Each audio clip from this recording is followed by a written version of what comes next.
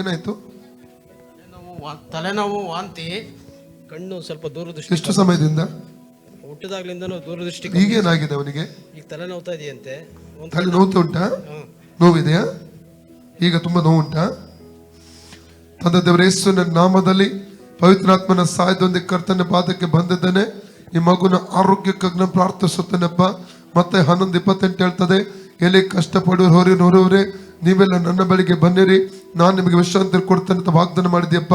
ಅವ ಕಣ್ಣಿನ ಮೇಲೆ ದೃಷ್ಟಿ ಉಂಟಾಗಲಿ, ಕಣ್ಣಿನ ದೃಷ್ಟಿ ರಸ್ಟೋರ್ ಆಗಲಿ, ಫ್ರೀ ಆಗಲಿ, ಕಣ್ಣಿನ ದೃಷ್ಟಿ ಫ್ರೀ ಆಗಲಿ. ಮತ್ತೆ ತಲೆನೋವೆಲ್ಲ ಬಿಟ್ಟು ಹೋಗಲಿ, ವಾಮಿಟಿಂಗ್ ಸ್ಪಿರಿಟ್ ಎಲ್ಲ ಬಿಟ್ಟು ಹೋಗಲಿ, ಎಲ್ಲ ವಾಂತಿ ಸ್ಪಿರಿಟ್ ಬಿಟ್ಟು ಹೋಗಲಿ. ಪೂರ್ಣ ಸೌಖ್ಯವನ್ನು ಯೇಸುವಿನ ಹೆಸರು ರಿಲೀಸ್ ಮಾಡ್ತಾ ಇದ್ದೇನೆ. ಈ ಮಗು ರಿಲೀಸ್ ಮಾಡ್ತಾ ಇದ್ದೇನೆ. ತಲೆ ನರಗಳ ದೈವಿಕ ಸೌಖ್ಯ ಪ್ರಕಟ ಆಗಲಿ.